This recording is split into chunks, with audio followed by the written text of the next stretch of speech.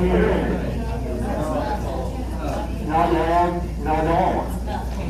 Muffled. How about now?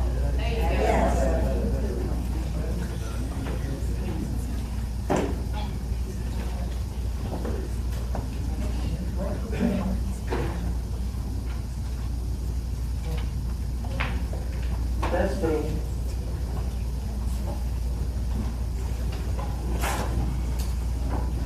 Can the back row hear me now? Yes. Okay, good.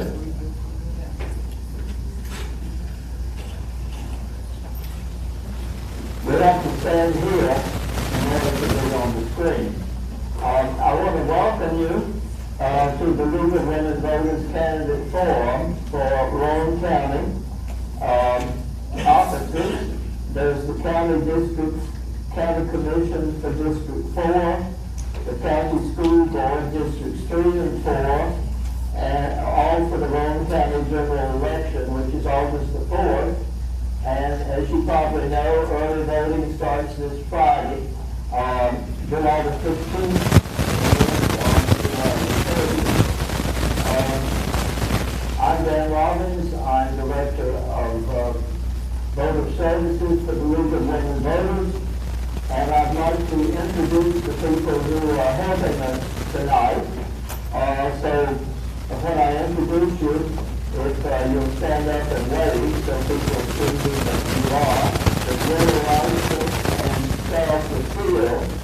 And what they're going to do, if you didn't pick up a 3x5 card to ask a question, just raise your hand and they'll bring you a card. And then after you write your question, you can bring it down to these two people who are Pete Peterson and Hella Peterson. And they are going to limit the number of questions to the top 3. And then they will give them to our moderator, and he will read them. And then each candidate has a minute and a half to respond to them. And at the 30 seconds before the minute and a half is up, is going to hold up a sign for them to see. And then at the minute and a half mark, she's going to hold up her other sign. And since there's 16 candidates, and each candidate gets to speak a minute and a half at the beginning, answer questions at a minute and a half at the end, since we don't want to keep you till midnight, that's why we're limiting the number of questions to 3. And if there are more questions, so really ask a good question if you want it to be the top 3. And then the citizens are going to set any additional questions aside, and the candidates for whom those questions are the officers for whom those questions are directed, and have to read the questions afterwards so they know, so you know what the policy is that you didn't get asked in public.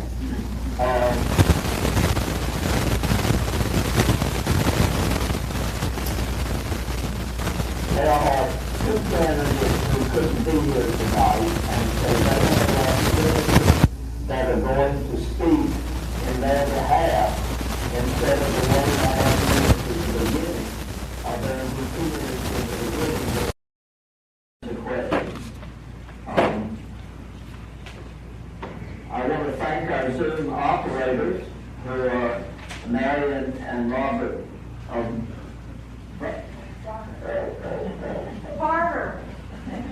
Robert and Marion Varner, and now I want to introduce, and the most important person here is Mary Uzia, who's the director for all of whom we follow her general directions, and she's probably out there. She's very shy, so she's the person who greeted you when you first came in. And now I want to introduce moderator Bear Stevenson, who is the owner of Stevenson Auction and Realtor. And he's going to take over the program now and with an iron fist manage what goes on from this point on.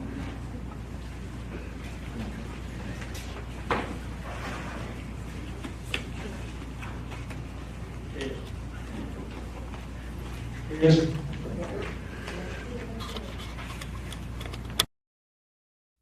I see a lot of familiar faces, people from Roane County here tonight. I want to welcome all of you here, and I just want to say thank you and congratulations for all of you candidates.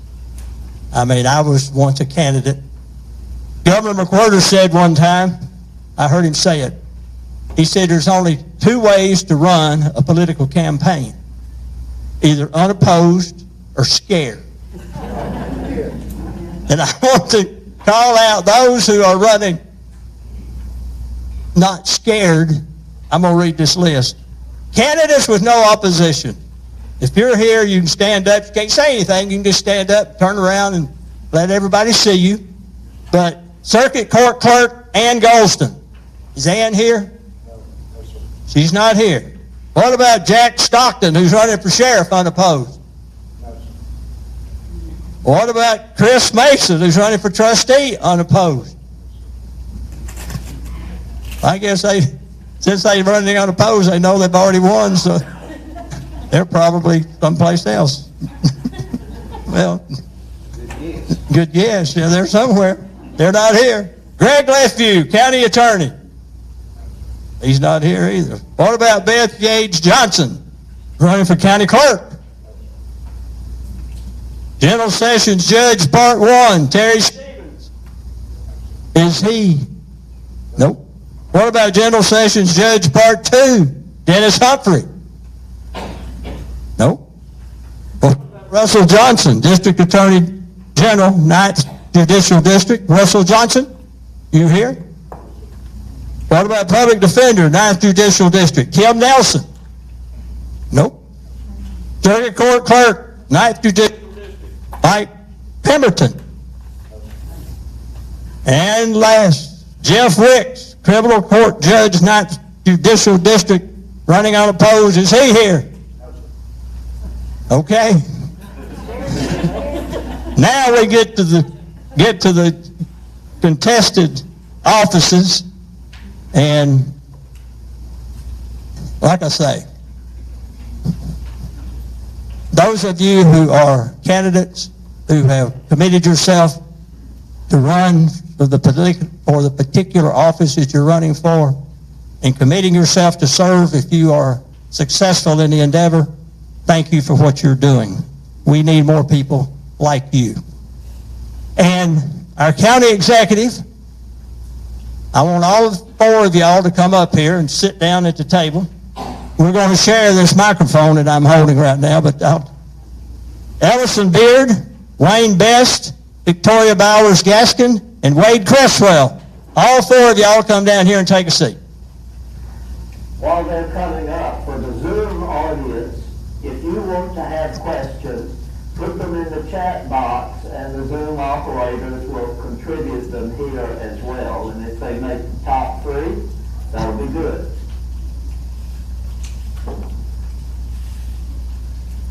We got four candidates, and we'll have three here.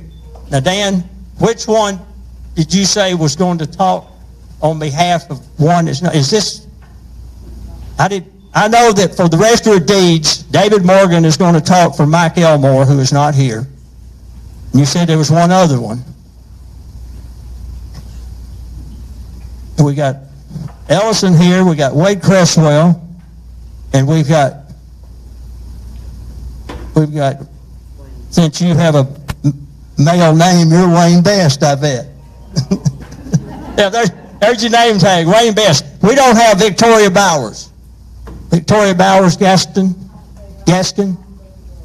Is there somebody going to talk on her behalf that's here?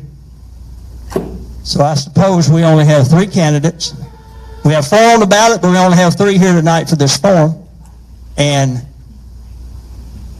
at this time, I'm just going to hand this microphone to you. You just pass it down, tell us who you are, and as Dan read off the rules, you know the rules. You got a minute and a half to talk. Am I correct? I beg your pardon. We got a minute and a half for an opening remark. A minute and a half for opening. A minute and a half for opening. Respond to the three questions, none of which is directed to either of you personally. That's a general question, and each of you gets to respond to it, and then you have a minute and a half closing statement. Okay, I'm going to go down here. I'm going to go down here on this end since Ellison's at the top of the list. Ellison Beard. Good evening. My name is Ellison Beard, and I am running for Roane County Executive. I've lived away, and I have seen what happens to a place when it becomes mismanaged. And what I've learned is that it's not the upper class that pays for that mishandling. It's the middle class, the lower class, and especially the children.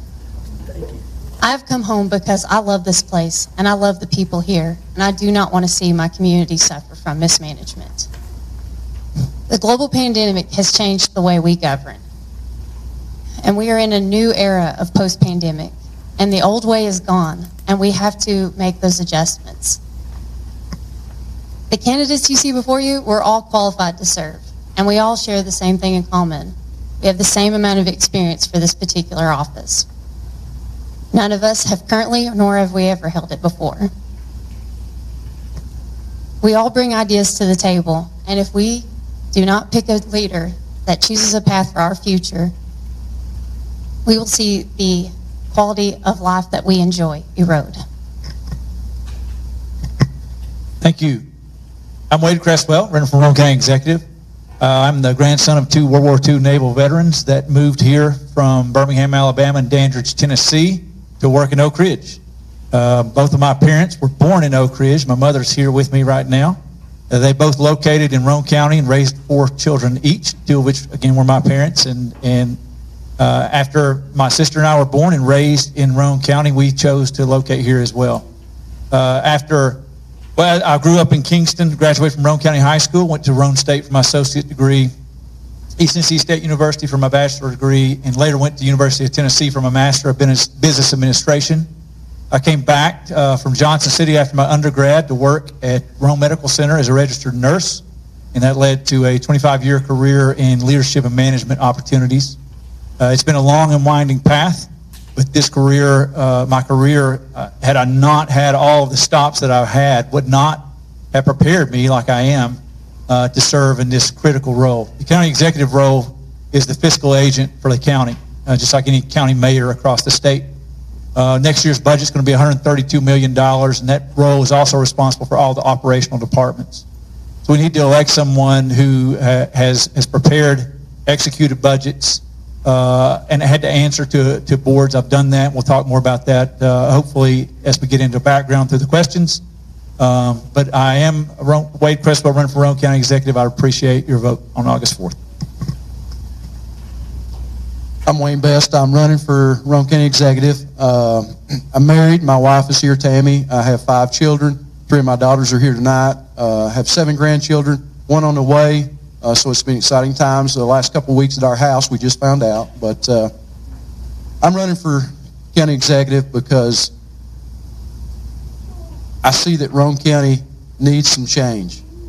We need some leadership that will work in the forefront, work out in front instead of being in the back. Instead of just looking at numbers, we've got to be out leading our county.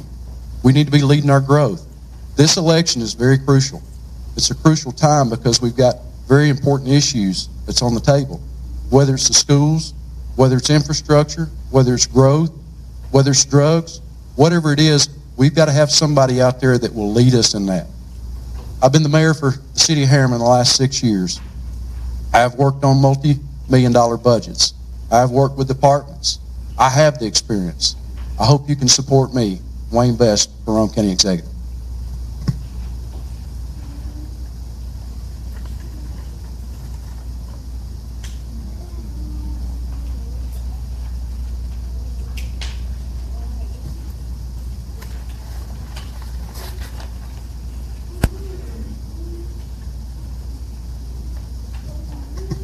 It's like communion in a Baptist church.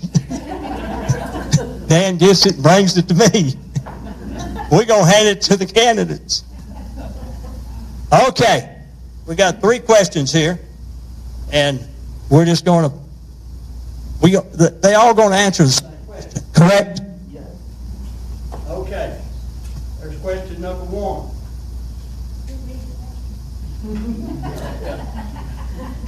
Actions for Roane County job expansion. What do you have? Actions for Roane County job expansion. If I stand up, can you all see me okay? Okay. I don't like sitting down talking. Okay. For Roane County job expansions, I think that's a big topic. I think before we can look at Roane County job expansions, we have to look at the workforce. Our workforce is not there right now. So I think we have to have a plan in place to grow our workforce, to work with our community college, to work with TCAP, to build that workforce. And then I think we need to look at our infrastructure. I think growth is very important, but I think you have to be responsible in your growth. I think you have to look at your infrastructure to make sure you're ready for it. Then you have to go out and carefully look at what you do. I think we must grow. We must look at our TIFs. We must look at our pilot program to make sure that it is working for our business people to grow the industry. I think Roane County right now, people say, what are you going to do about jobs? What are you going to do about jobs? My answer to them is, there's a lot more going on. We have to fix some other problems. We have to make sure we have the workforce to take those jobs. Industry's not coming to us anymore. We have to go to them. To go to them, we must be site ready. We have to be ready for the industry. And I don't think we're there yet. I think we're close. I think we had a spot on Jones Road we just sold. I think we're working on that. But I think we've got a long way to go. Better just continue it down this way. Go down. Actions for Roane County job expansion. Thank you, sir. I think we're incredibly fortunate as a community to have the Oak Ridge Reservation, 30,000 acres right here. We're also very fortunate that we've celebrated locations of nuclear-related companies on the reservation just within the last couple of years. You have TRISO X that's going to locate at the certified site at Horizon Center. It's going to bring 400 jobs, spend hundreds of millions of dollars in investment. You've got Kairos Power is going to locate on K33 site at Heritage Center, as a matter of fact. Looking at a molten salt cooled reactor, a demonstration reactor, which actually is only about 2 miles from my house, by the way the crow flies. Koki Pharma locating at Duck Island, as a matter of fact. That's going to depend upon the construction of the airport so that they can fulfill their mission. Locating, again, at the Horizon Center at Duck Island. I think Oak Ridge is potentially on the epicenter of being the center of the world when it comes to a nuclear renaissance. Companies want to locate next to Oak Ridge National Lab or Watch 12. So I think that is the basis for where our growth can occur. I know Roane County is very sensitive to protecting their community identities, all 6 of them, if you include Oak Ridge. So to do that, preserve those community identities, the reservation makes the most sense for growth. So I think that's our biggest opportunity. There are several others, but in a minute and a half, that's as much as we can talk about.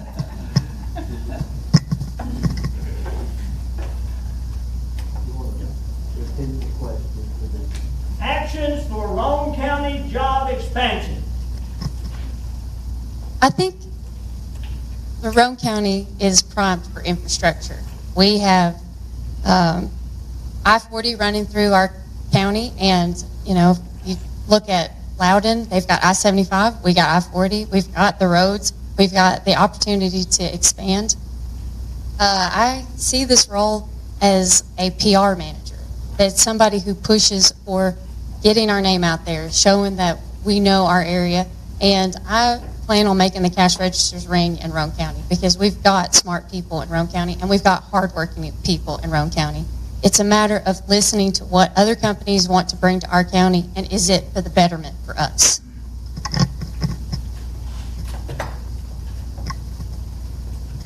And the next question that all 3 of you will be answering is, what is your position on the jail expansion or alternatives?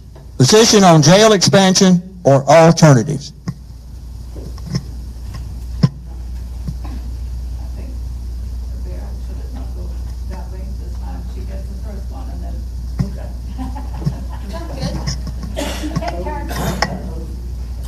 That's a good workout. The jail expansion, is that what you're wondering? I feel like Roane County is very fortunate to have a sheriff that is returning back to office. He's very knowledgeable, and when he gives advice, I think whoever is in charge of expansion, I think the county executive needs to listen to him and take his advice. I think that there are other options that we could alleviate the jail, the stress of the jail. I've been making a business model, and I've been in contact with Chief Holbrook from Columbia, South Carolina, and they have been putting ankle monitors on nonviolent offenders. And I think that could be a temporary reprieve on the stress of the jail until more information and infrastructure could be made for the jail. I think it's such a critical issue that we have to face. We're trying to avoid, as a county, having to invest, especially involuntarily, the expansion of the jail. The jail is relatively new, but it's at capacity currently. So I think doing everything we can across the community, not just with law enforcement, but especially with the staff at law enforcement, to reduce recidivism. I know there are programs in place right now that Sheriff Stockton has that are working on reducing recidivism, but attacking that problem on its just from a law enforcement perspective alone won't be able to do that and alleviate the pressure on the jail. But it's got to be a priority to prevent us from having to invest in another jail facility before we invest in other facilities that could potentially be leading to the increases in crime that have led us to be to a point where we're at capacity. We have to avoid building a new jail at all costs.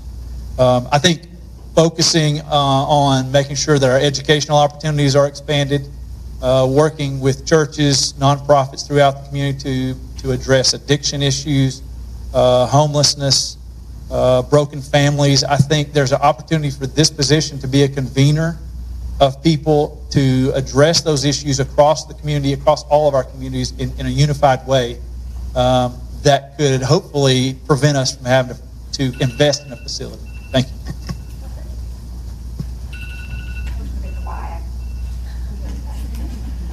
I'll get longer in a minute if I go ahead and start, because she's not getting it.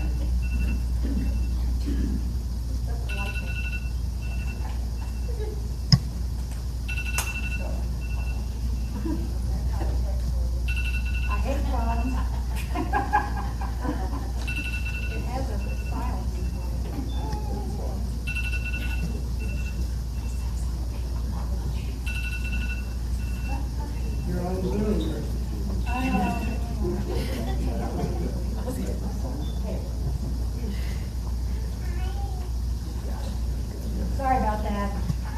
I'm overpowered by technology. I'm ready. First off, I'd like to say it's sad that we have to discuss this. It's sad when we're talking about expanding our jail. It's sad that we have to, not that we have to expand our jail, that we have to talk about this subject. I think that from a county executive standpoint, we've got a lot of issues that, to me, are more important than expanding our jail. I've seen a video out today of one of our schools that the ceilings are falling in. I think we've got issues, and it becomes a tax issue. People say, don't raise my taxes for jail. Don't raise my taxes for this. Some things we have to.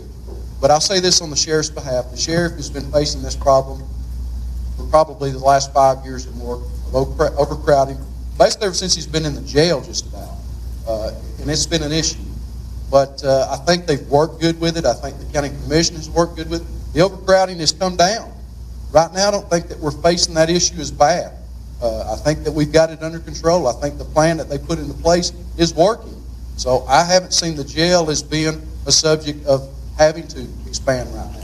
Now, in the future, if we have to, the state comes in and tells us what we have to do on the jail. But I think right now we've got bigger issues that we need to be looking at, as our education, other infrastructures that's fallen down, that we have to be looking at. How do we fix it?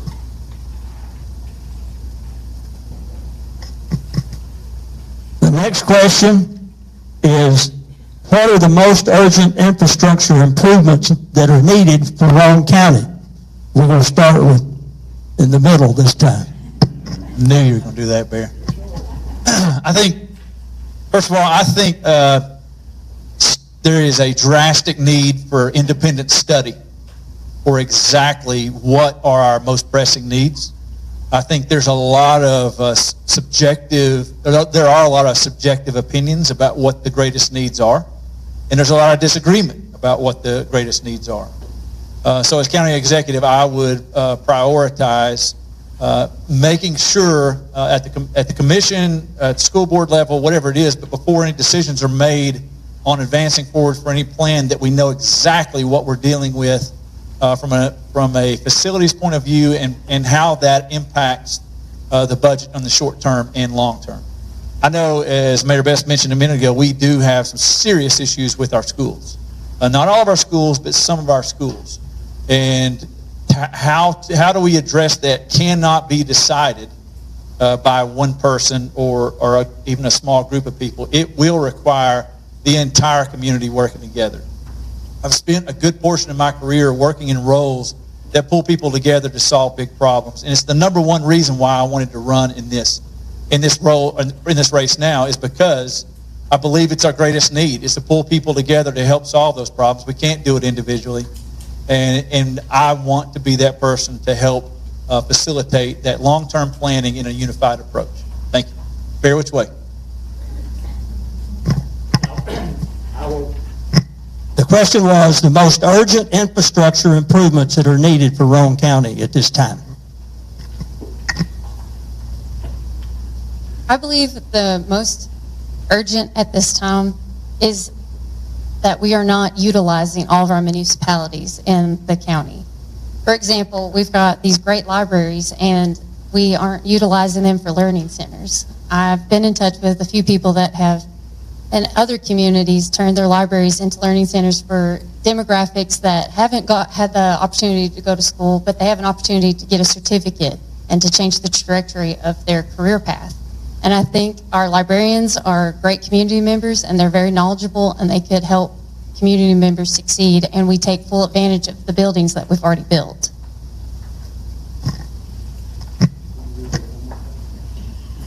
The question again is the most urgent infrastructure improvements that are needed for Roane County at this time.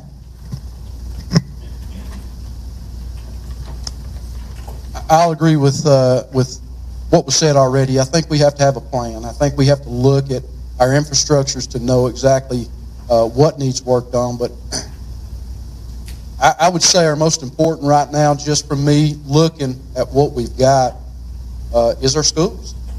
I mean, there's no question. Our schools are needing work. And if we think it's okay to send our children in some of the schools that we have in Roane County and not do anything to them, then we're wrong. Because our children are our most important asset. You know, I'm not talking about a big mega school. I'm not doing that. I'm talking about we need to fix what we have. We need to fix it. You know, as I said, I've seen videos today. Most of you all probably seen ceilings are falling in. Water's coming through the roofs. Our school buildings are bad. That is our infrastructure. That is our responsibility as a county commission and a county executive to fund those things when the school board brings it. I don't know that the school board has brought some of that, but I think that we need to be looking at that. Our kids they're not our future, folks. They're today. If we don't fix it today, there is no future. So I think we need to make sure that our children are in the best that they can be and getting the best education they can get. At this time, we have a closing statement that each of the three candidates will be giving, and we're going to start down here with Ellison.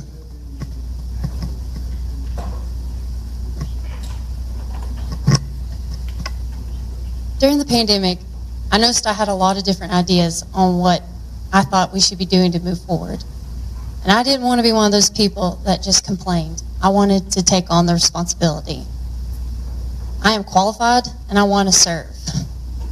We're faced with a lot of temptations in this life, and one of those temptations is to do nothing, and that is never a good idea. The other temptation might be vote in powerful over powerless. And the third temptation might be to just kick the problem down the road and play it safe. I'm not running to play it safe. I'm running because I want to answer those hard questions and I want to solve those hard problems. And if you don't want to kick the problem down the road, I ask you, please join me with your vote on August 4th. First of all, I want to thank League of Women Voters for hosting this. We've had, to some degree, it's a traveling road show for a lot of our candidates you're going to hear from tonight. So it's always good to get to speak to the communities, and you all get to meet us.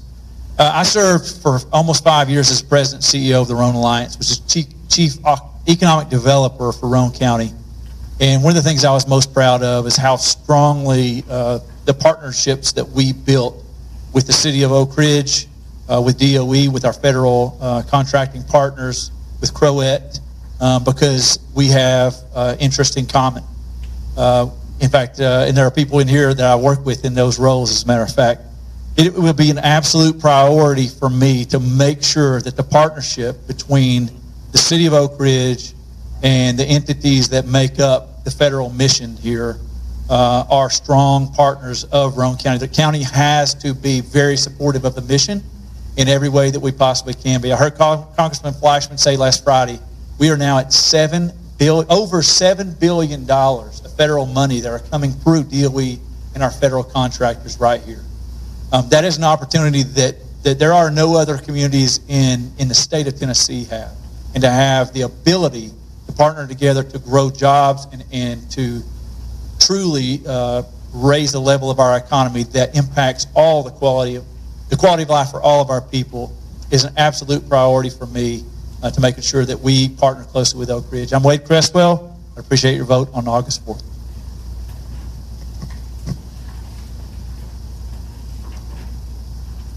As I said in my opening statement, I'm the mayor of the city of Harriman. I've been there for 6 years. When I took the office, I took it because I believed in our city. I believed in what we could do. People told me, why are you running? You can't make a difference. You can't change anything. One person doesn't make a difference. But I believed in what I was running for. And we have made a difference. If you've been down to the city of Harriman in the last 6 years, you'll see the difference. We went from 4 business fronts on Roane Street to being full on Roane Street. We went to grow in Midtown, which is part of our city. We have grown. We've grown responsibly. We have led. We have led the county in every area that we could lead it in. We need a true leader. That is your county executive. Somebody that will walk side by side with you and lead our county in the direction it needs to go and grow as we need to grow and make sure that our future is bright. Roane County, I see it, my vision is it'll be a lighthouse that sits up on the hill, and everybody around will look at us and say, we want what they've got. That was our goal in Harriman. That's my goal for Roane County. Wayne Best, Roane County Executive. Yeah, let's have one round of applause for all three of these.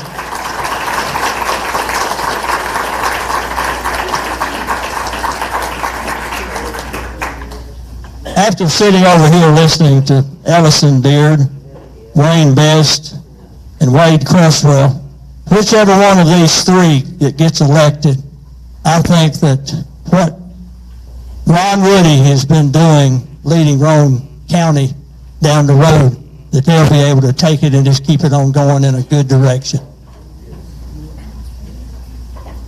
Next we have Sharon Brackett, Register of Deeds, and also we have David Morgan, who is going to be representing Mike Elmore, who is also a candidate for Register of Deeds.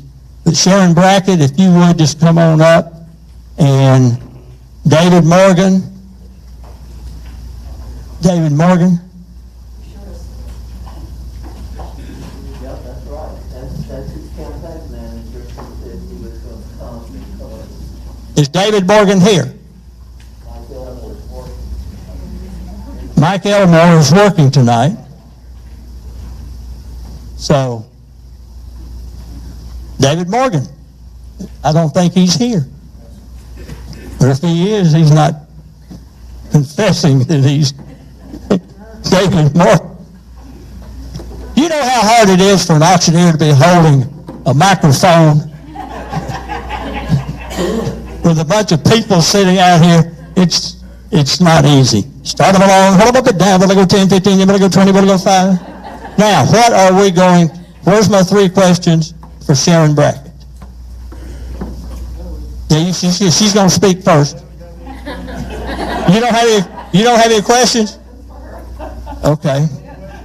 Well, Sharon Brackett, since you're the only one here, you give your opening statement of 1.5 minutes, and then we'll find a question or two for you, I'm sure.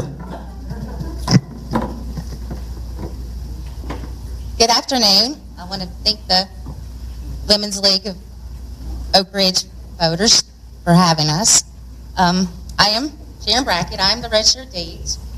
I was born and raised in Roane County. I graduated from Roane County High in 1992.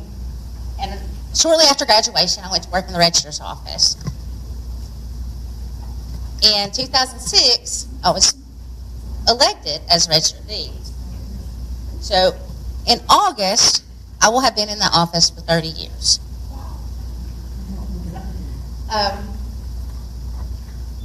The Register of Deeds office is, we record anything to do with real property. We also record power of attorneys. We record surveys, subdivision restrictions. So if you own property in Roane County, your deed is recorded in my office. My job is to record those documents and preserve those documents. Their records go back to 1801. I started in the office when we did everything manually. I was part of the process of moving everything to computerization and digitizing everything. So if something happened to our computer system, I could go back and do it manually tomorrow.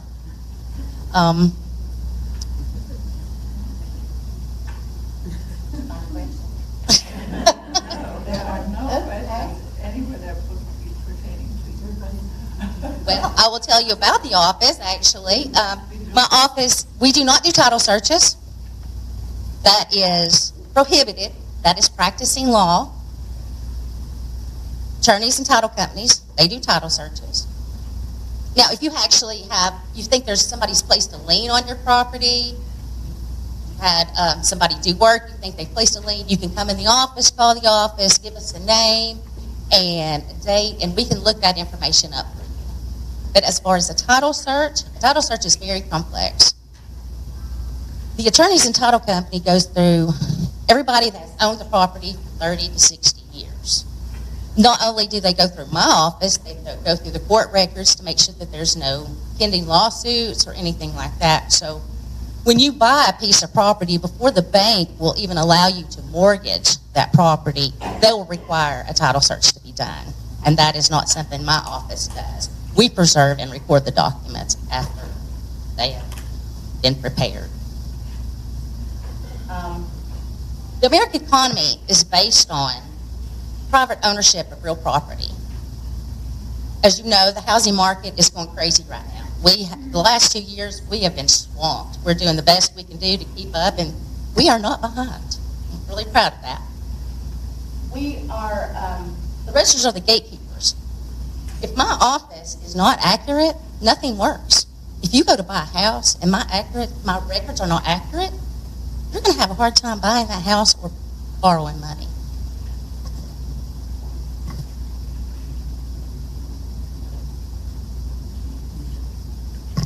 You want to use that as your closing statement? Sure, I'll talk as long as you want. I would like to ask for your vote and support for the August 4th election. Again, I'm Sharon Brackett, cathedral register for the last 16 years, and I've been there 30. Just stay right here for a second. Sharon, thank you. How many veterans do we have in here? Veterans. Raise your hand if you're a veteran. One of the things Sharon was talking about, the things that are recorded in the Register of Deeds office, I too am a veteran, and my DD 214 is recorded in the Anderson County Register of Deeds office. So if you know where your DD 214 is, you have a fire or something, you want to go down, and Sharon will, at no charge, she will record your DD 214 for posterity. Can I add something also to that?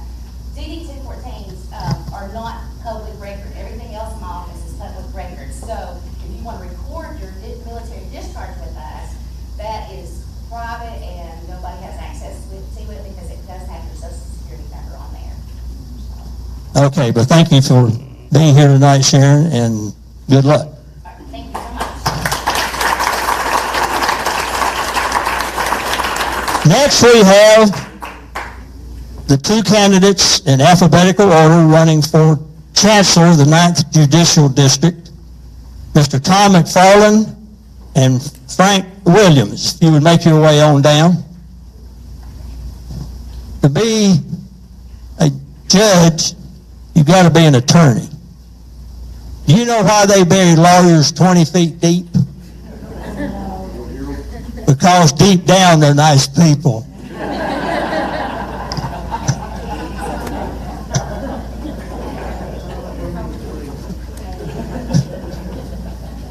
Okay. In alphabetical order, Tom McFarland, a candidate for Chancellor. And the second will be Frank Williams to make a minute-and-a-half opening statement. Hello, I'm Tom McFarland. I grew up in Rockwood on the other end of the county, and I lived in Kingston for the past 32 years and practiced law there. I have 2 children that I raised as a single parent, so I'm familiar with the issues that single parents face. I have a brother here in Oak Ridge, Ryan Hay, and I'm glad he's here for me tonight. And I served 4 terms as your county attorney, and also I served as the city attorney for the city of Harriman and the city of Oliver Springs. What you'll hear me talking about in this campaign is technology, experience, and temperament. In regard to technology, that may be the most important issue. All of the courts use modern technology. I think it helps save taxpayer money. I think it makes court more efficient. All the other courts use it except for Chancery Court. I would change that. In regard to temperament, I just want to say that it's important about how you're treated when you come to court. If I'm elected, you'll be treated with professionalism and respect. And my name's Tom McFarland, and I'm running for Chancellor. Thank you.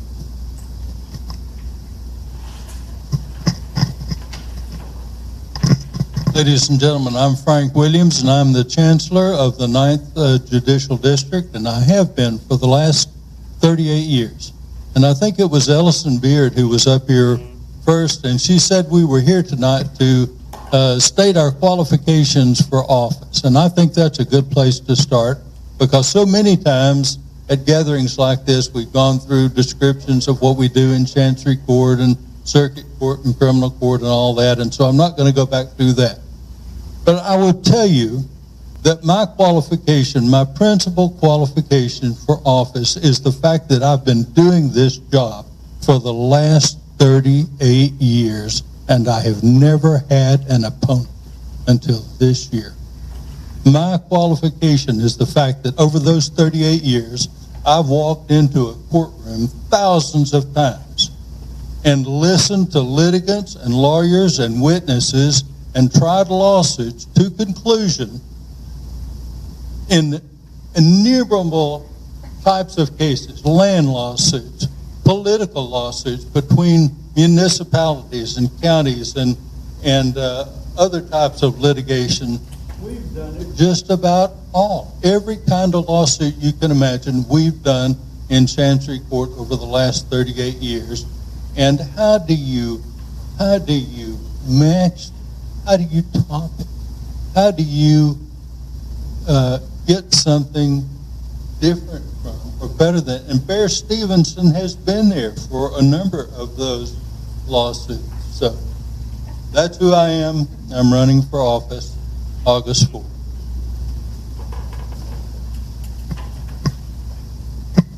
I would like to make the record clear, I wasn't being sued when I was in his court. I was there giving testimony on an estate auction. Does anyone have any questions for anybody that's running for school board? It would be appropriate for somebody who is running for school board. We don't have any of those. But we have 3 questions, and I want to, the first one is, why does Chancery Court not use the modern technology that all the other courts use? Why does Chancery Court not use the modern technology that all the other courts use?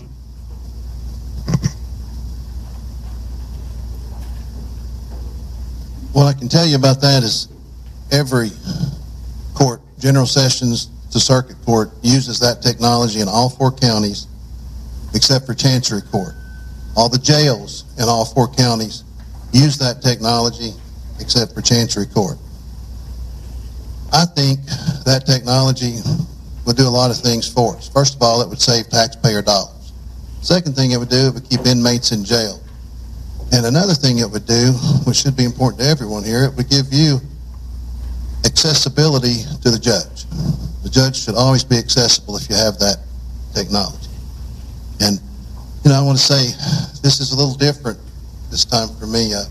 I've been endorsed by Attorney General Russell Johnson, Sheriff Jack Stockton, Judge Jeff Wicks. These are all people that are in and around Chancery Court about every day. And they know that I will upgrade the technology and make that a more efficient place for the taxpayers. So that's my answer. Frank Williams. And the question exactly is with regard to why technology? The question is, why does Chancery Court not use the modern technology that all the other courts use? Yeah, well, you know what that question is like, don't you? The question is like that question that says, when did you stop beating your wife? And the fact of the matter is that we use technology in Chancery Court in all 4 of our counties. Our counties, our courtrooms are wired to the hills with technology. We have a Wi-Fi. We have cables of all kinds that are hooked up in there. Now, I admit that there have been some requests made of me to allow types of technology put into Chancery courtroom only in Roane County. Why Roane County? Because that's the only place where I have my own courtroom. 3 of our 4 counties only have 1 courtroom, and so I have nothing to do with the technology that goes in there.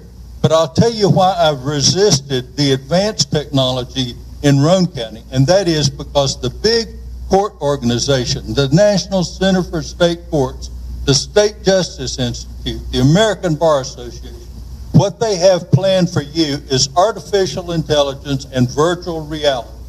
I wrote a law review article, 146 pages long in 2007, setting some of that out, so that if you want to go read about it, you can. But I'm opposed to that. Judging is a human activity and not a mathematical activity. And I'm opposed to it. Our second question is, can you share with us the one case that defines you as a judge or as a lawyer? Can you share with us the one case that defines you as a judge or lawyer? One case as in a particular case or a particular type of case. I don't understand the question fully, but cases are, in every case, I am not an advocate. It's not my lawsuit. The lawsuit belongs to the litigants. It's their case, not mine. And so I'm not there to be a lawyer or to be an advocate for anybody. I am there to be the exact opposite of that, a neutral person, a person willing to listen to the testimony and hear the law, and that's what I do. At the conclusion of the case, I have to make a decision of some sort based upon the disputed facts and the law as given to me in that particular case. And so what defines me is my ability to set aside my personal beliefs and personal preferences and do what the facts and the law require me to do, and no more and no less. I'm not there to take somebody's side or to be on somebody's side, but only somebody that you can trust to make a decision that's right for you at the end of the case. And that's what separates me from being a lawyer.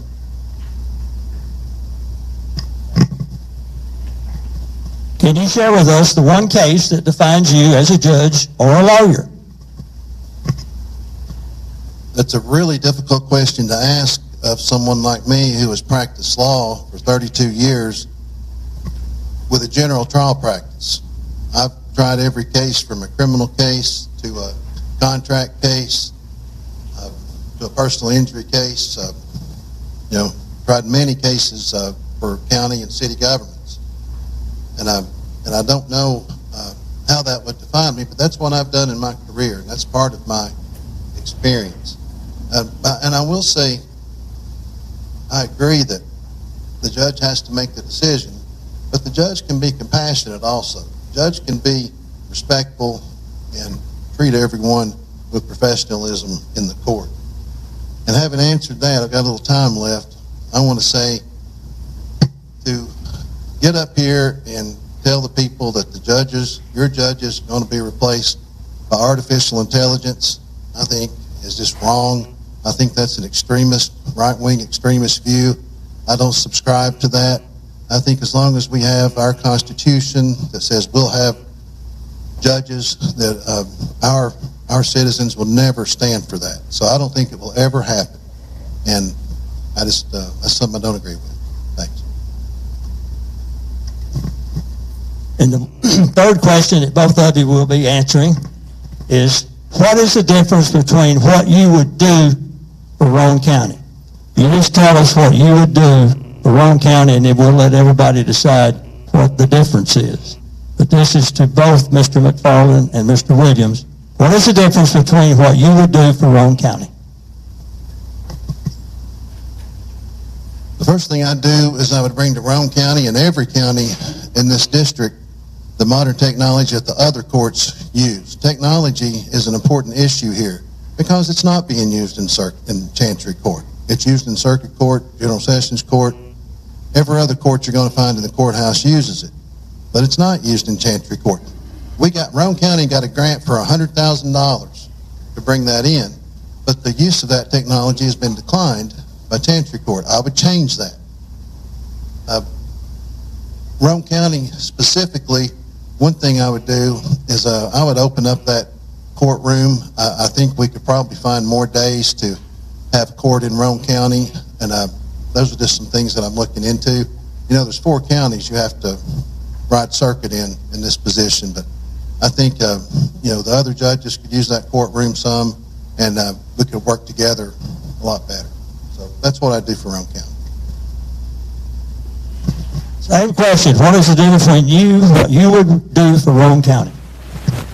Okay, well, I'm going to follow up on what my opponent has said about technology again, since he raises that issue one more time. And I will tell you that when COVID hit, the Tennessee Supreme Court put down an order closing the courts. And that lasted for the better part of a year, maybe more. And during that period of time, the technology that he says we didn't use, we used.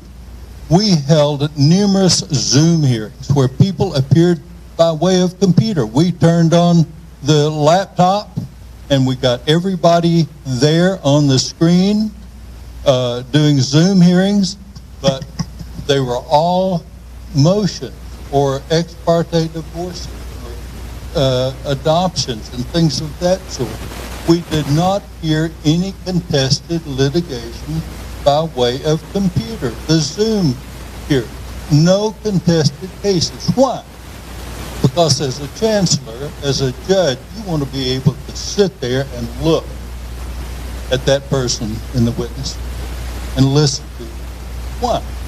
Because there are credibility issues. There are, and not credibility issues, but the ability to recall.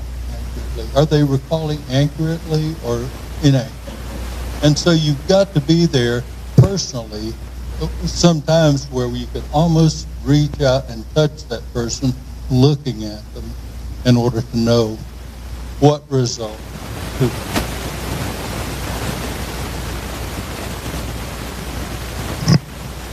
Now each one of you will have a 1.5 minute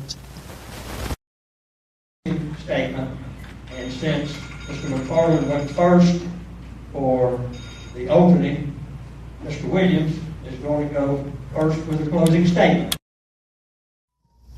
Well, I want to comment on a statement that Mr. McFarland made earlier about all of the endorsements that he's obtained. And that is this: I've been the chancellor for 38 years, and I've been making these decisions for 38 years, just like I told you. But I have not received one single endorsement, and I haven't asked for any. I stand on my own 2 feet. The only thing I ask of you is for your vote and support, and I ask that like every single person I meet. And I'm not seeking political endorsement from powerful politicians. And here's why. I'm not a part of any clique. I'm not a part of any machine. Nobody can ask anything of me and get anything out of me that I don't see or hear in a courtroom from litigants and their lawyers. If they're there, I'll hear you, and I'll render a decision likewise. But you can't come and talk to me privately. You can't suggest that I need to do a favor, because I don't do favors. I don't have any favors. And so I don't want politicians cultivating my relationship. I don't want them coming and thinking that sometime down the road they may need something and they can come to me and get it, because they can't. And that's the long and the short of it. Now for her final closing statement, Mr. McFarland. You know, the endorsements I've got aren't about doing favors to anyone. Sheriff Jack Stockton has little, if anything, to do with Chancery Court. Attorney General Russell Johnson has little, if anything, to do with Chancery Court. Judge Jeff Wicks has nothing to do with Chancery Court.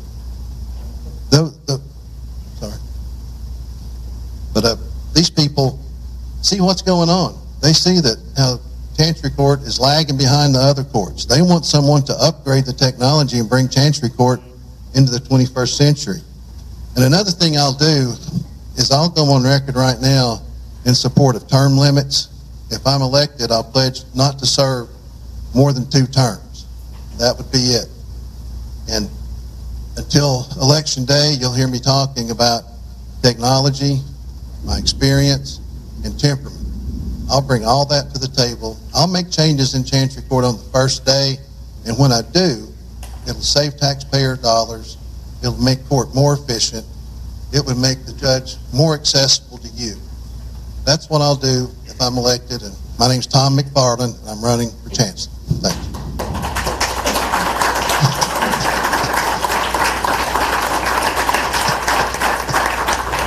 Thank both of you for being here tonight and sharing your positions on to all of our viewers and everybody who is here. Next we have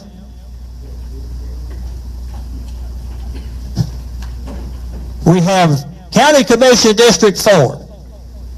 Of these 4 people who are going to come up here, tell you who they are, tell you some of their positions. You're going to be voting for 2 of them. And they're running in Oak Hills and Oliver Springs is their primary precinct. We have Charlotte Bowers, James Brummett, Lance Duff, and Jerry White. Again, that's Charlotte Bowers in alphabetical order, James Brummett, Lance Duff, and Jerry White. Have y'all lined up in alphabetical order? No. Miss Bowers is in the wrong place, but that's okay. We're going to leave her down there. You just tell us who you are. But I'm going to go in alphabetical order as we start. At the introductions, you got 1.5 minutes opening remarks. Thank you very much. I'm running for re-election as Roane County Commission District 4 because I have absolutely enjoyed this position. We have a great bunch of people that we work with. Jerry and I have worked well together, as well as some of the other commissioners. We've had our ups and downs, I'm not going to lie to you, but we've come a long way. And we're finally getting some things done. I'm from Oak Ridge, so I love representing Oak Ridge. I know that I'm also a representative of Oliver Springs, but I know most of the people in Oak Ridge more than I do Oliver Springs. And I really appreciated your votes last time, and I would love to have your votes again this time.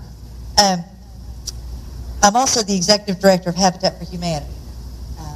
We serve Anderson and Roane counties, and that has just been a really good marriage, if you will, between the commission and Habitat, because knowing and being around these different people has really helped support Habitat, as well as people know me from Habitat, feel comfortable coming and talking to me about mission issues. So it's really worked out well.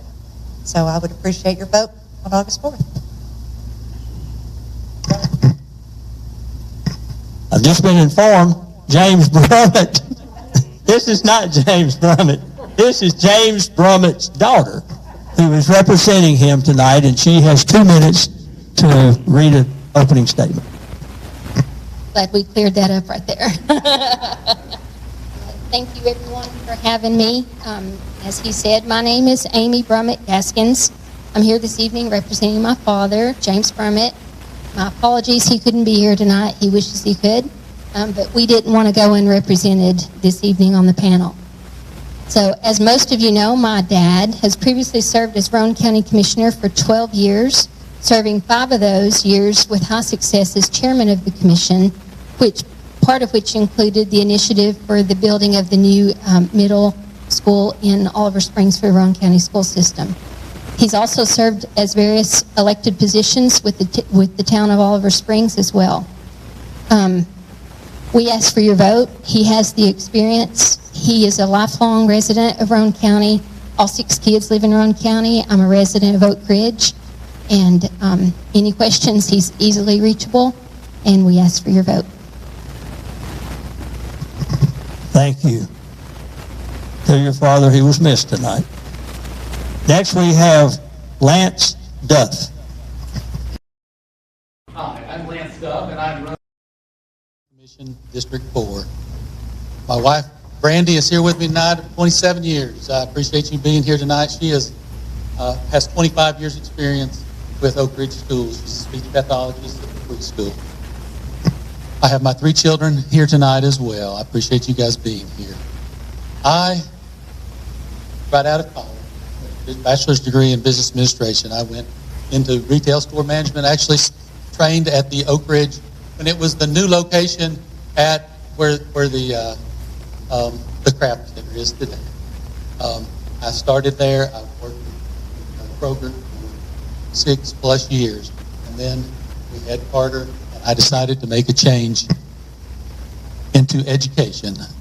Terry Hacker was a principal at Oliver Springs High School. He hired me as a business teacher, where I stayed for 6 years until I had other opportunities in administration that popped up, where I went to principal at the alternative school, Roane County High School principal for 8 years, and was CTE director, career and technical education, and currently I am the secondary supervisor for Roane County Schools, so I supervise the 5 high schools. I feel that my business background and my experience with the school system can lead to there being a bridge to some decisions that need to be made with the county commission and the school system. Next we have Jerry White. Thank you for having us tonight. Many of you recall 4 years ago we were at Oak Ridge High School. Mr. Bear Stevens got me mixed up with the Jerry White that was running in Anderson County. I'm the Jerry White from Roane County. And I want to say thank you for voting for me 4 years ago. It has been a learning experience to be on the Roane County Commission for the past 4 years. And I want that job back, and I want your vote tonight. This is an exciting time to be from Oak Ridge, to be from Oliver Springs. Lots of good things happening at the plants with employment up. Good things happening in Main Street, downtown Oak Ridge with the new businesses, the new housing right next door to the new businesses. Good things happening in Oliver Springs. We're consolidating our high school with our middle school. The steel and the concrete is moving up every day. That school will be online very quick. But again, I want to say thank you for having us tonight. Thank you for voting for me. And like I said, I want the job back. It's been a real learning experience for me, and I want to give it another try for the next 4 years. Thank you, folks.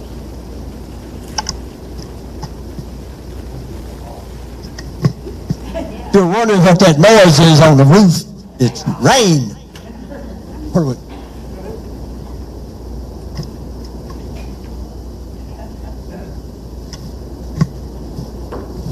We're going to go in reverse. And Jerry White, the question that all of you, now you won't get to answer any questions for your father. So you just sit here and take back to him the positions that the things that you've learned that his candidate, his other opponents are running on. But anyway, the question all three of you will answer, your position on school consolidation. This has been before the school board before. It's been before the county commission before. I'm grateful for what has happened in Oliver Springs and Midway. We've made repairs on both of those schools, consolidated the Oliver Springs High School with the middle school. There's been funding for Midway. They needed a sewer system bad. A lot of those things have been taken care of. And I realize that there are other schools, Rockwood, Harriman, and Kingston. And we had several workshops. And, I agreed with a lot of our other commissioners that if one school for those three cities was brought up again because they voted and helped me with the Oliver Springs project and the Midway project, I would stand with them for a consolidated school for those three cities.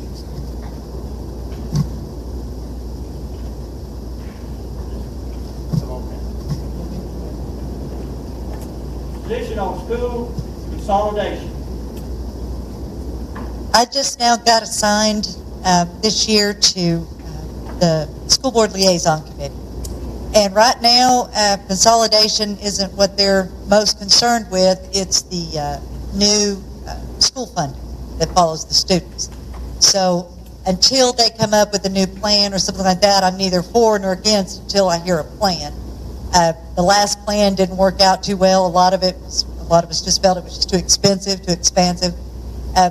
We did talk at one workshop about a possible 2 schools, combining Midway and Kingston and combining Rockwood and Harriman, but leaving Oliver Springs out of it because they were combining their high school with their middle school. So I don't know right now what their new plan is going to be, so I don't know really how to answer that other than until they come up with a new plan, we will consider it. We do want what's best for our students, but as Mr. White said, we're currently repairing schools with the money as we have the money through certain grants. School consolidation.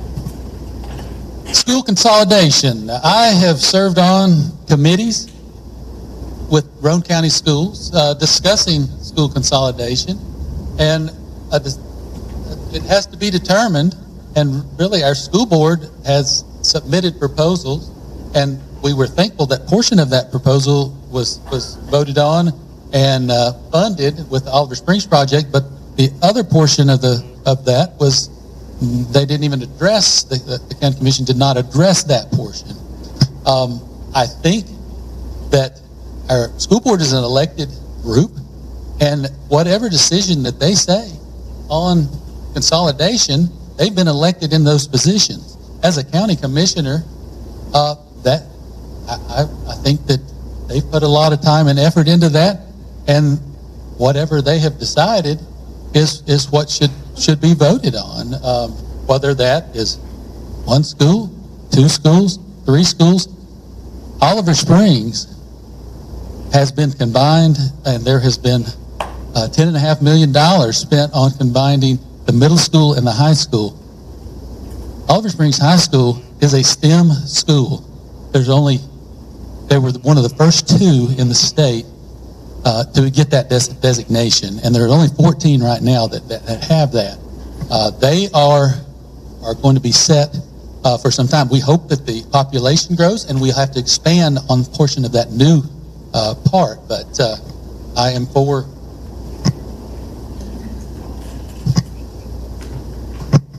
even though you represent, your district is Oak Hills and Oliver Springs, you'll be voting on things throughout Roane County. And we're going to be fine. You're hearing all that rain on the roof. We'll be fine till the roof blows off, so don't worry about it. We're a very sturdy structure here. But anyway, as you look over Roane County, what most urgent infrastructure improvements do you think are needed for Roane County? Urgent infrastructure needs. I think in Roane County, the housing in the Oak Ridge portion, doing a fantastic job with the preserve and the Forest Hills neighborhood. Those are needed. There are other portions within Roane County that housing, if it were offered, we would be able to fill that, and that would benefit the county. It would help to fill some of the economic needs that our county has, to fill in the workforce. If we have housing there, then we can attract the workforce to fill those positions throughout Roane County. So I think the housing, the schools is going to be an issue.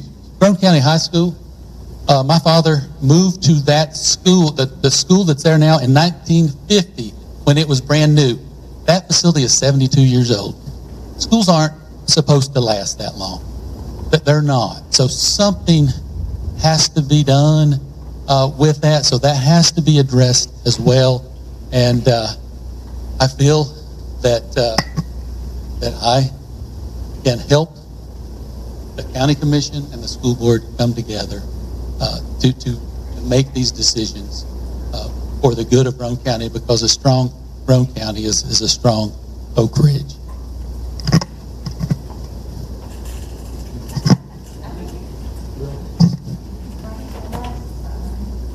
Well, hey, let me tell you something. Some of you may not know, but Charlotte and I were elected 4 years as your District 4 commissioners. And since that time, we have acquired the preserve. And we were in there the other night campaigning a little bit, and I did not realize that there were 400 homes in that area. That's a lot of door knocking and a lot of introducing yourself, but we're grateful for that. We cover Oak Hills. If you know where Blair Road is in Oliver Springs, we have everything from Blair Road into the west end of Oak Ridge, along with the preserves. We're talking about infrastructure. I want to talk about education and broadband. Folks, we live in a rural area down there in the lower part of Oliver Springs in Roane County, and I want to see every student have the same capability of getting their homework, getting their assignments, getting whatever they need. And we need the broadband spread all across our county.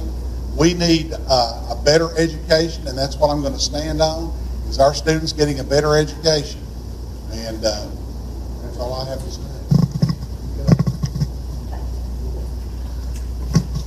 Currently, I'm serving on the American Rescue Plan Committee, and we have been looking at all the 10 million or however much we got and divvying it out according to what we consider the greatest needs. And when you say what's the most important, well, that changes constantly.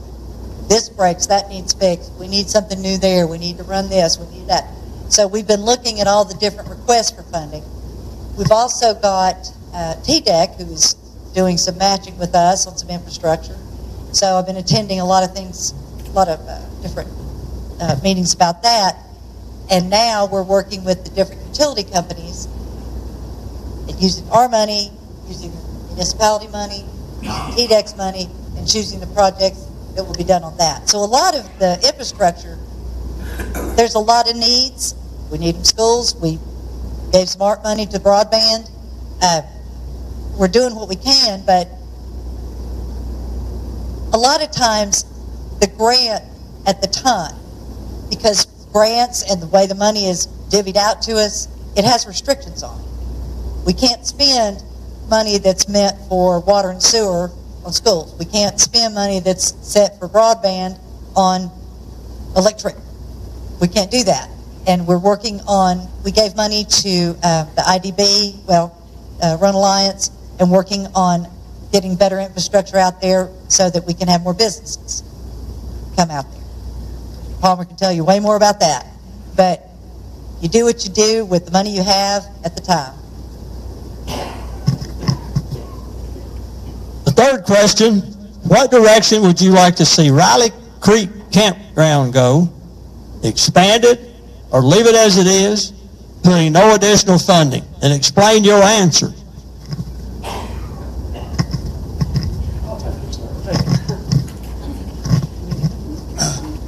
I think tourism is one of the best things that Roane County has going. And I think that if we could expand Riley Creek, more campsites, that's more money generated for Roane County. And that's who I'm trying to help, the citizens of Roane County. So you've got my vote for expansion. Riley Creek Campground, the ARP committee, we did designate some money for that.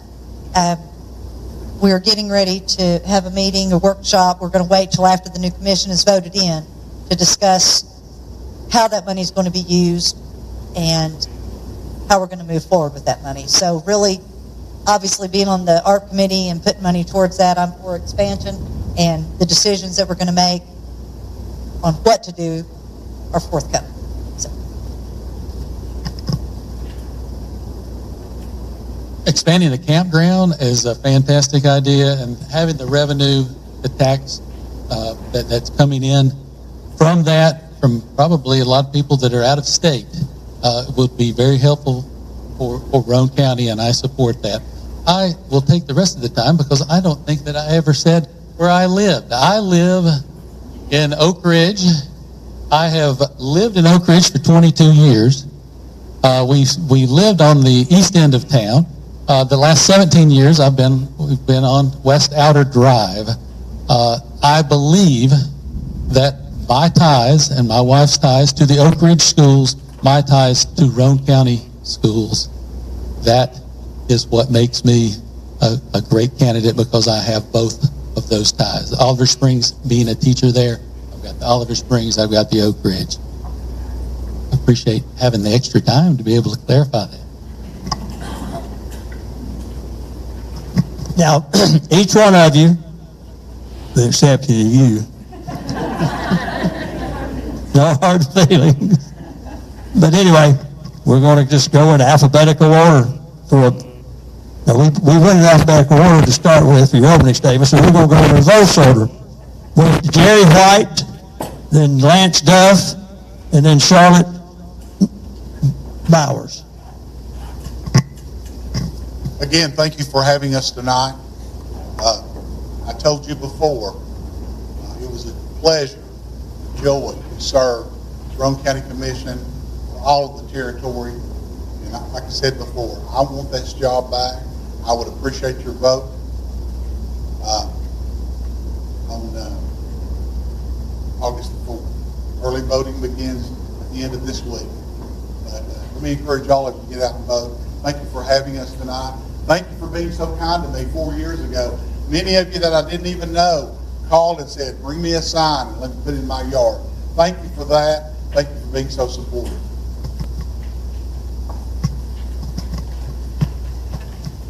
I would appreciate your support for the Roane County Commission District 4. I am not a politician. I don't want to be a politician. I'm somebody that cares about Roane County. I care about Oak Ridge.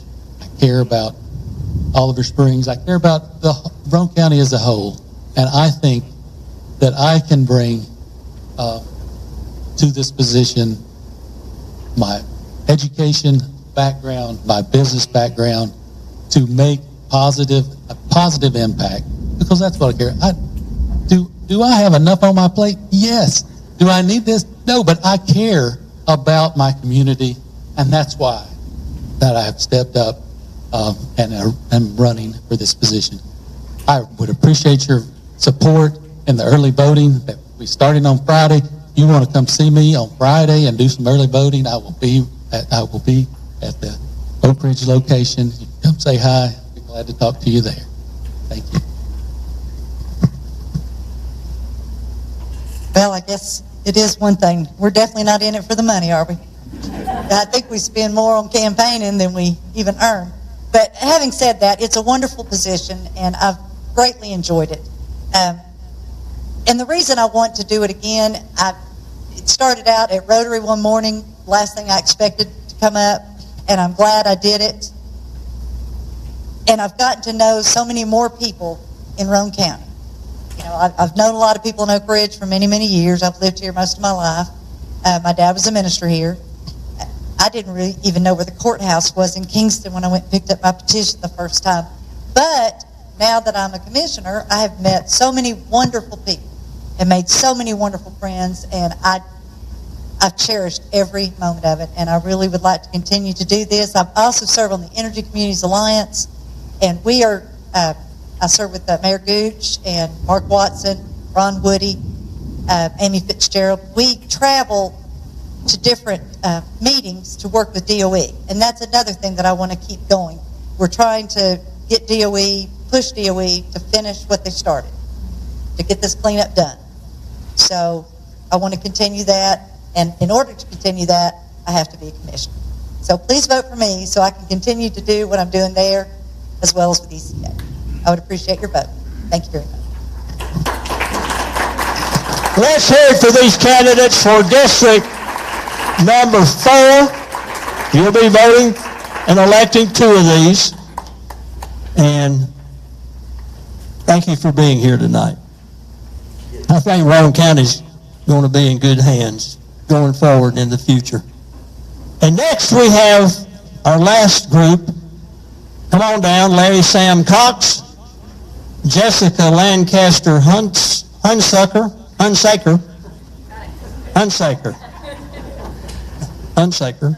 Ashley Johnson Corty, and Mike Taylor, Larry Sam Cox, Jessica Lancaster Hunsaker, Ashley Johnson Porty, and Mike Taylor. Y'all come on down here. We got 3 of you. Which one's? He's not here. Who's not here? Mr. Taylor. Okay, Mike Taylor. Is anybody representing Mike Taylor want to make an opening statement for him? If not, we're going to go in alphabetical order. And Larry Sam Cox, you're going to go first, and then Miss Jessica Hunsaker, and then Ashley will go third with an opening statement of a minute and a half. My name is Sam Cox, and I'm running for school board for Roane County. I've been on the board for 18 years. I'm currently the chairman of the board at this time. I graduated from Olive Springs High School, went to work. I worked for about 6 to 8 years. I decided at that time to go back to school. Went back to school and got a mechanical engineering degree. I can tell you that that's the important thing. You can make it, it brings more money, which we all want to be able to make. No matter what you want to do, you want to be able to make money. So you can, the education will bring more money, more stability. If you do not want to go to school, we need to be able to get these students into trades, into things where they can excel. We don't want people out here working, making $8, $10 an hour. We want good jobs. And so that's what I've known while I've been doing this. I have 2 daughters, and my wife also graduated from Olive Springs. My wife is with me tonight. My daughters couldn't be here. My daughter, the oldest one, is a pediatrician in Oak Ridge, and the youngest just started residency in Erlang. So the value of education, we know what it is. We've been through it for 18 years, and I appreciate your vote.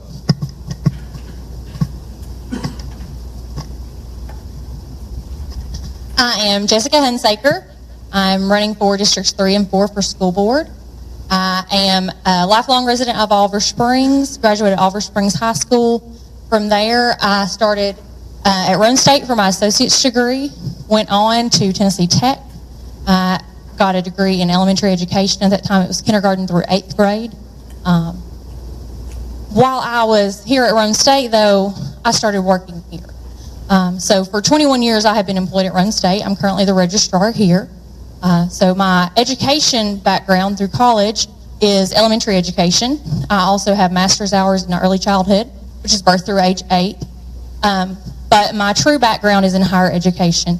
One of the things that I do a lot of every day is I work with our dual enrollment and middle college students. So I know the importance of getting our students while they're in high school to start that college education early. And personally about me some more, I'm married. My husband, Russell, also a graduate of Oliver Springs High School. Our daughter is a rising 8th grader at Oliver Springs Middle School. We're very involved in the school with supporting our teachers, whether it be things like things that they need for their classroom, meals for them, just, some outreach and support. And one of the main reasons that I'm running is to support those teachers and support the students.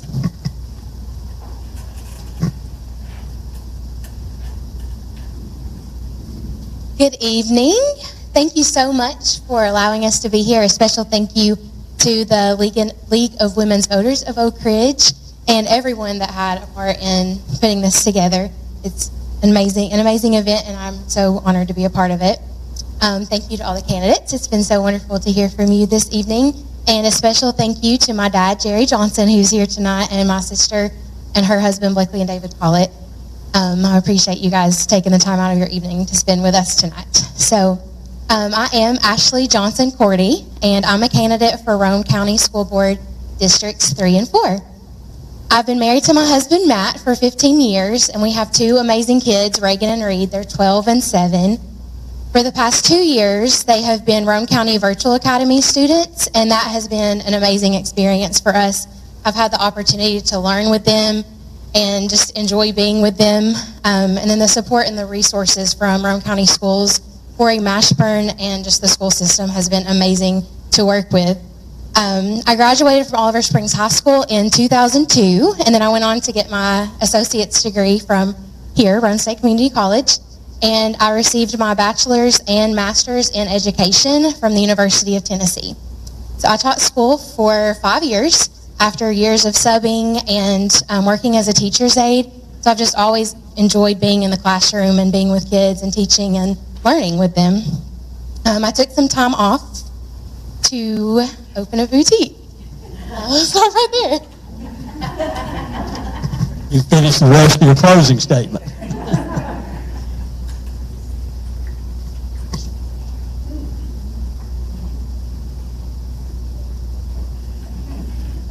Our first question, how do we decide selection of textbooks and curriculum, and does the school board review them?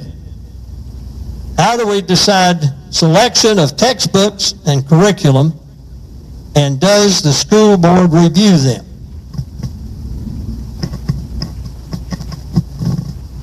There's a state curriculum, and we try to follow that as closely as possible.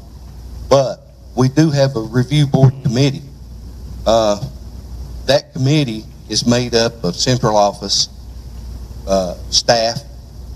It is made up of teachers and so forth. Now, a lot of things that we do is we set policy. And that's the main thing a school board has got to do. It's got to set policy, and that's how you run your schools. We had some problems come up not long ago about some books in the library. And so we deferred that to the policy committee. And what we did, I as the chairman of the policy committee, we made a policy that before you buy these library books that could or could not be age appropriate for students and so forth, we said that the principal must review that. And then we went on to say, after the principal reviews it, we set up a committee of librarians and other professional staff, and we chose 3 people from outside in the community. And we said, this committee will review these books. And that's the way we could control what's in our schools. You do it through a policy. You don't do it through just a broad statement.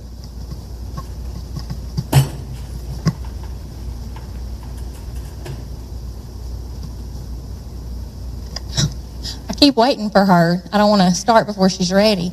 I mean, that's kind of a very closed question. Mr. Cox answered it. There's one way that textbooks are chosen. So I don't know what to add to that one.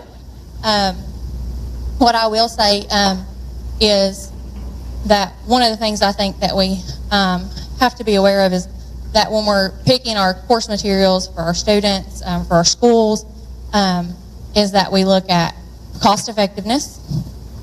So for our middle school and high school students in Roane County, they're all issued a Chromebook through the county, which is wonderful because there are students that we know have those resources in their homes and students that don't. So that helps put us on that kind of level playing field for our children. But one of the things that I would like to see as far as textbooks go in Roane County is, especially at the middle school level, that those students have e-books. Being a middle school parent, my daughter, if there's not one to bring home, she doesn't always have that book to refer to when she's at home trying to do her schoolwork. So that's one of the things I would like to see as far as school books in our county for our students, is that we start working towards e-books for those students.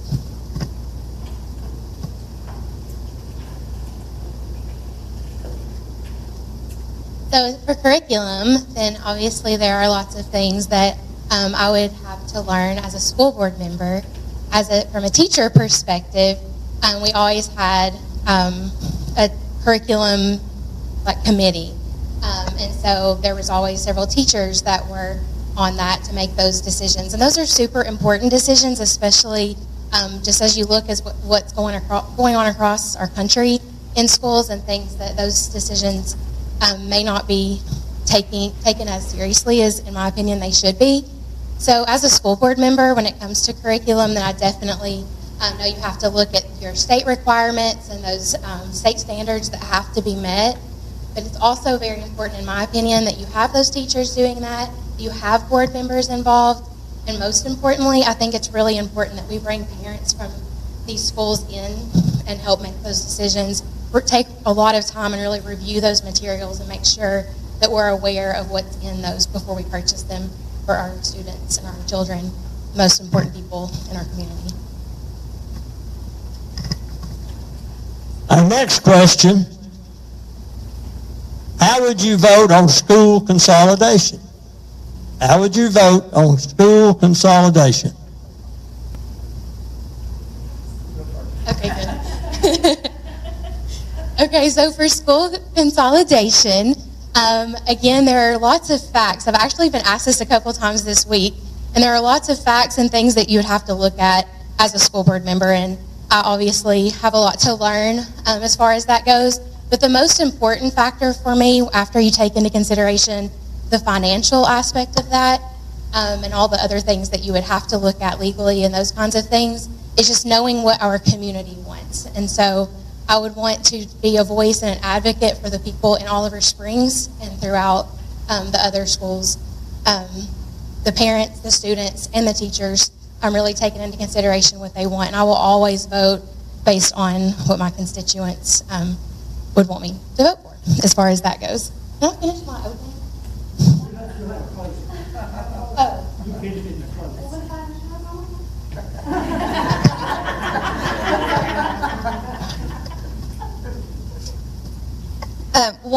So school consolidation has been a hot topic in Roane County for years and years and years. And I think that there are pros to that. I was actually talking to someone today who came from a county that had community schools like we do, and they consolidated into one high school.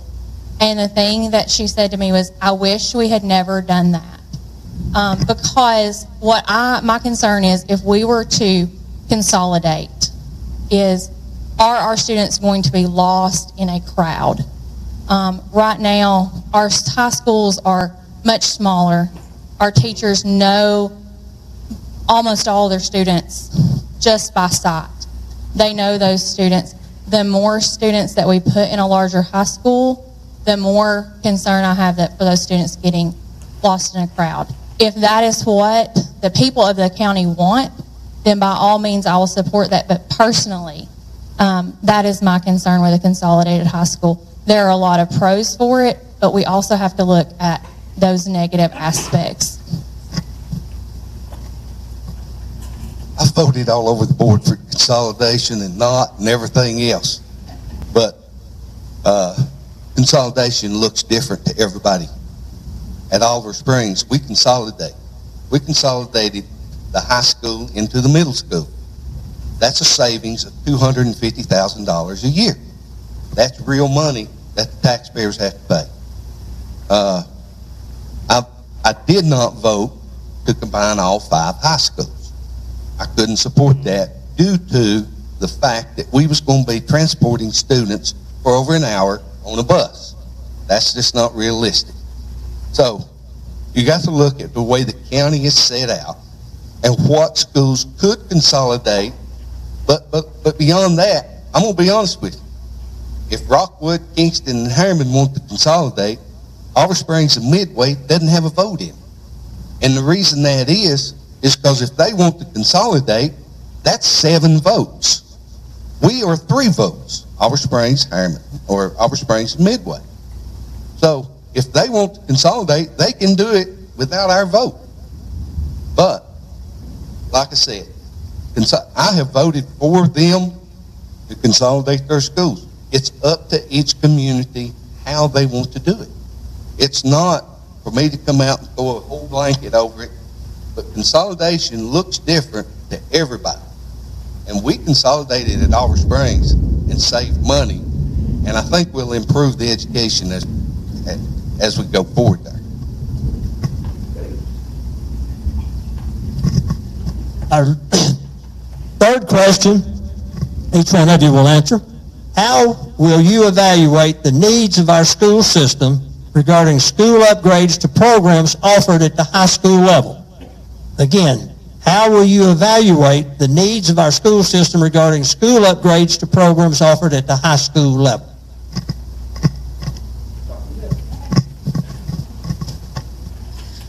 I think when we look at evaluating the needs, the first thing we have to do is we have to look at what each group of parents and students want, what they think they need. Are we meeting that? We have to look at outside resources. So if we're looking at our TCAPs, yeah, that's a resource that we can use. We have students that are interested in going on to associate's degrees, bachelor's degrees. We have students that are interested in doing career education fields, things like welding, and how we can do that. But when we look at evaluating, I think we have to look at what is feasible for Roane County, what's feasible for our schools. Are we able to find qualified teachers for that? And what other resources do we have that we can utilize to meet those needs?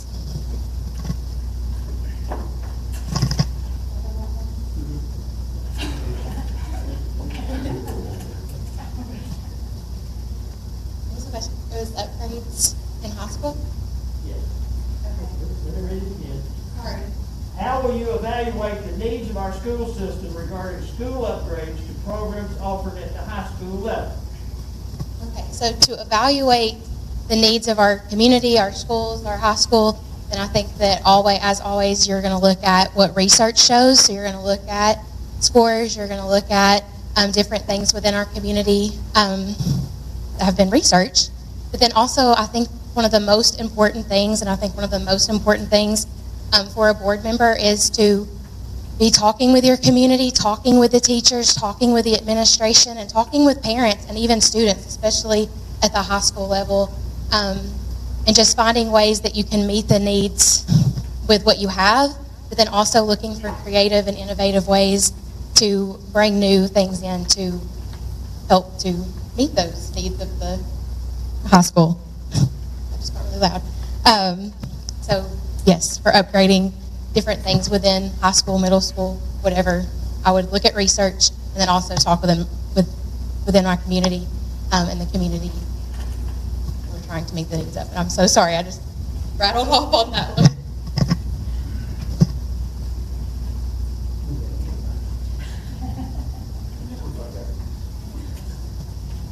How will you evaluate the needs of our school system regarding school upgrades to programs offered at the high school level? Well, we're currently in Oliver Springs. We're in the construction phase, combine the middle school and the high school together. One thing we've done about in 2017, we went together, the community come together in that school, in that community, and I was a part of it. The Oliver Springs High School Alumni Foundation, we raised about $120,000 in one night. And with that, we put a computer lab in there that is state of the art. It's called a Z-Space. If you want to look it up, take time to look that up. Also, another thing that we've done, we turned Oliver Springs High School into a STEM academy, or a STEM school. When we took this ideal, it was me, Steve Smith, Wade Haney, and VJ Murray. We come up with this ideal. We pitched it to Leah Watkins, who was the director of schools at the time, and we said, what are we going to do here? Can this work to turn this into a STEM school? And she said yes. And Justin Evans is the principal, and he made it work. But it took a lot of work. There's a lot of other schools that need work. I'll be the first. I voted for things in the other schools. My other board members, they'll tell you, I don't just vote for Oliver Springs. I vote for Harriman, I vote for Kingston, I vote for Rockwood, any of them. If it's going to help the schools, help those students, I'll vote for it.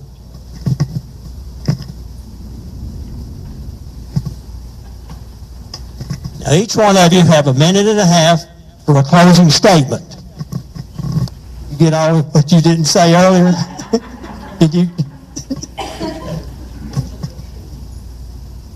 Well, thank you again for letting me be part of this, and thank you for being here and being such a pleasant audience. As a Roane County School Board member, I will do my very best to serve our community well.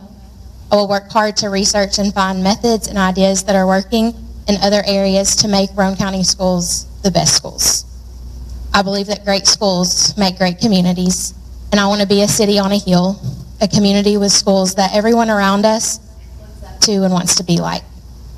Safe schools filled with the best and happiest teachers and happy and safe kids. I want a community that our children want to raise their children in. As a board member, I will have open communication with our community, our teachers, parents and students and our commissioners, and everyone else in our community often, so I'm always aware of the concerns and the needs in our schools, as well as the achievements and successes that they are experiencing so that I can rejoice with them. It is the job of the school board to represent its constituents, and I will do my best to do just that. I will be a cheerleader for our teachers and an encourager for our parents and students. I will be a voice and an advocate for you on the school board. Most importantly, as your Roane County School Board member, I will pray for you, your children, and the staff and teachers at your school. I will represent you well, and I will work hard for you each and every single day. I humbly ask that you vote Ashley Johnson Cordy for Roane County School Board.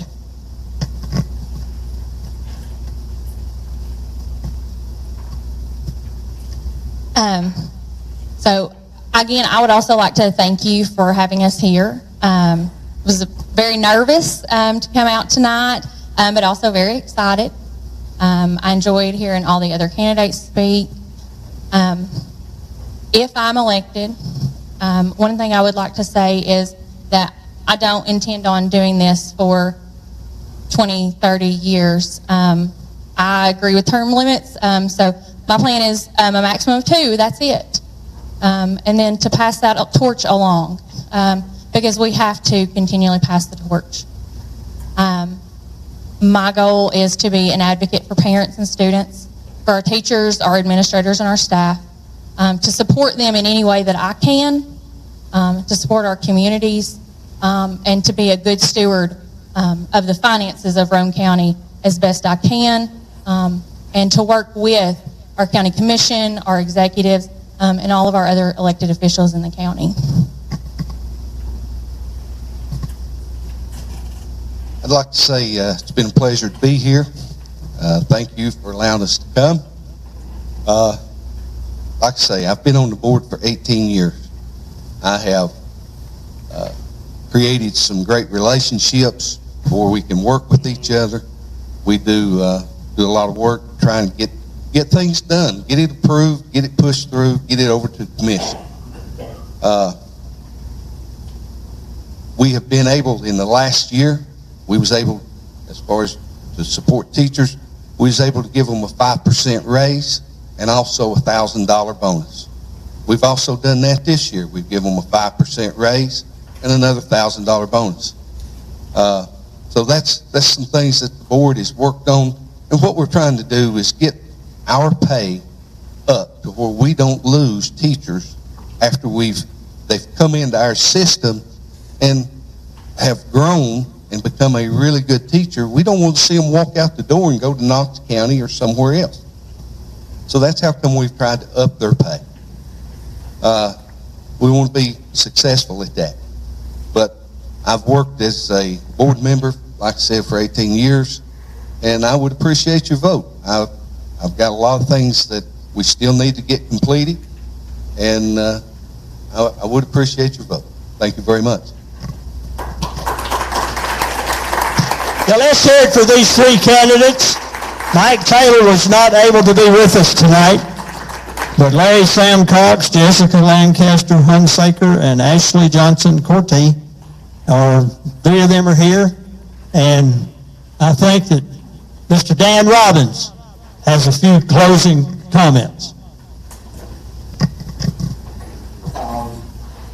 First of all, let me invite you all down to come and meet the candidates and chat with them if you'd like. Thanks to Bear for doing such a great job and adding a bit of humor to what might be a bit of a dry job. Thank you again for doing that. And to our Zoom operators, the Varners, to the Petersons who prioritized the questions, to Harriet, who's probably tired now of her exercise that she's been doing all evening, to Carol Basile and Willa Reister, our runners, who have been up and down the aisle, and to Mary Uzil, who is the director behind the scenes that does most of the work and causes all of this to come off so well. And thanks to the candidates who were so articulate and did such a good job. And thank you all who are in the audience for sticking it out through the storm. And if you're gluttons for punishment, you can come back Thursday night and we'll do all this over again for Anderson County. So thank you all for the